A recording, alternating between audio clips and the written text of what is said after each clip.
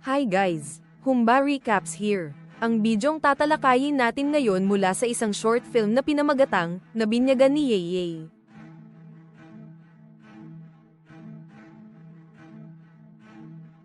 Disclaimer lang po, ang video na ito ay para lamang sa recap, review at commentary, alinsunod sa fair use.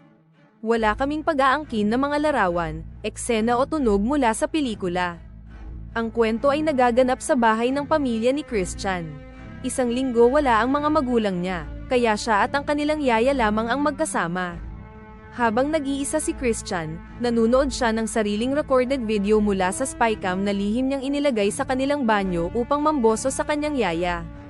Habang abala si Christian sa panunood, bigla siyang tinawag ng yaya mula sa sala upang kumain ng hapunan. Papunta si Christian sa hapagkainan, ngunit huminto muna siya at tahimik na pinagmasdan ang kanyang yaya na naglilinis ng sala. Nahuli siya ng yaya na nakasilip, kaya tinanong siya, "Nandyan ka na pala, ba't di ka sumasagot?" Sinabihan pa siya ng biro, "Hoy, virgin, kumain ka na." Napareact si Christian at sumagot ng pasimangot, "Virgin ka dyan." Gumanti ang yaya, "Totoo naman narinig ko mga kaibigan mong nag-uusap."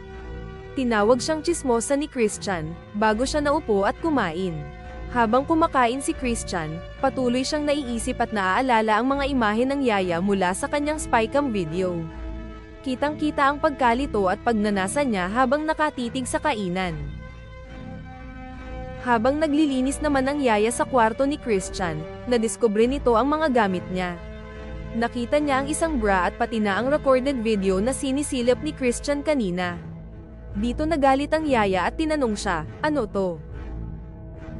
Napayuko na lang si Christian at nagsabing mahina, "Sorry, yaya."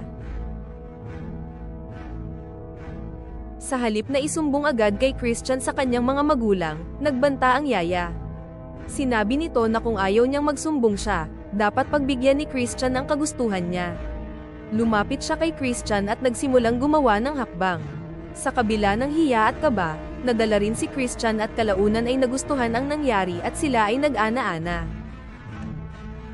Sa huli, dito natupad ang pamagat na, Nabinyagan, dahil sa unang beses ay naranasan ni Christian ang pakikipag-ana-ana sa kanyang yaya. Naging mapanganib, bawal, pero nagpatuloy dahil sa sitwasyon at kasunduan nilang dalawa. At dito nagtatapos ang ating recap. Kung nagustuhan mo ang ating video, huwag maiyang mag-like sa ibaba. Maraming salamat sa panonood. Gusto mo pala ako?